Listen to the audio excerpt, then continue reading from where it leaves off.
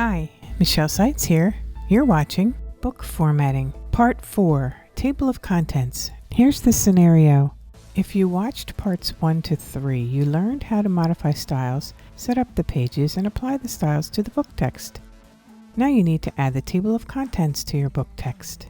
A special thanks to Daria and G. Giovanni for allowing me to utilize excerpts from her book, Water Signs. Watch this video to learn how to do this. Now that your document has the correct styles, it's time to enter the table of contents. Decide what text you want displayed in the TOC and how you want it displayed. Put your cursor where you want the TOC to start. On the References tab, in the Table of Contents group, click the down arrow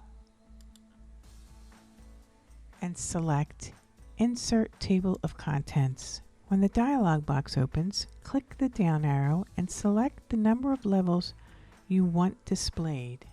I'm going to click this arrow down because I only want 2 levels. Now go to the Options button and select the correct level number to apply to each of the styles. Here are all the styles in the document. I have a heading 1, but I don't want a heading 2. And I want heading 1 to be at TOC level 2 because I want it indented a little bit. Make sure there's no other levels in here. Go to the modules. I want modules at TOC 1, so I'll put a 1 in this field and say OK. Now I want to modify the TOC styles. Click Modify. With TOC 1 selected, click Modify again. Now here is where you want to enter all the characteristics for your TOC.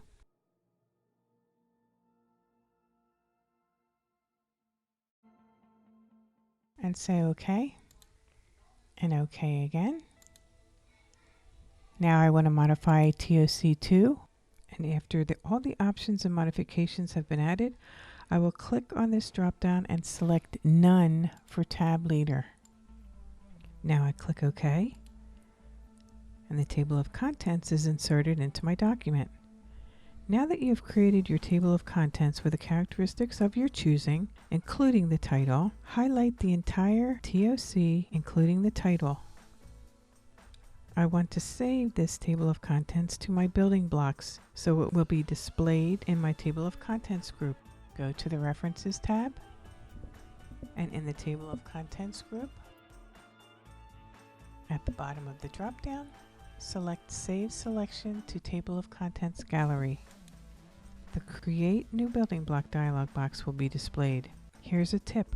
If you want your new TOC to be displayed at the top of the list, when you want to add a new TOC, use the built-in category, unless you create a new building block category that will sort before the word built-in, such as something starting with the letter A.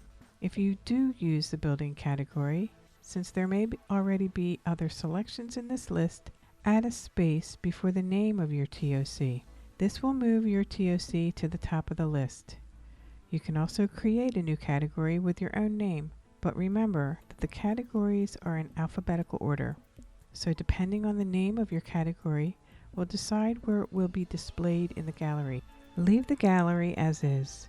You want your TOC to be in the table of contents. You can enter a description if you like. I suggest that you leave the buildingblocks.dotx in the Save In field if you want this particular TOC available in all your new documents. If you use a particular template all the time and you want it available in those templates, click the drop-down and select that template.dotx. The Options field has a drop-down as well. When you click on it, there are 3 options. Click on Insert Content in its own paragraph. Now click OK. To test this out, delete the TOC in your document now. When I click on the Table of Contents drop-down, there it is at the top of my list. So all you'd have to do now is click on it. You can update the entire table if you changed anything, and click OK. Since we added the title and we saved it with the title and the TOC, it inserted the title again. So I can click the extra contents TOC title, and our TOC is complete. And that is the end of this particular part of book formatting, table of contents.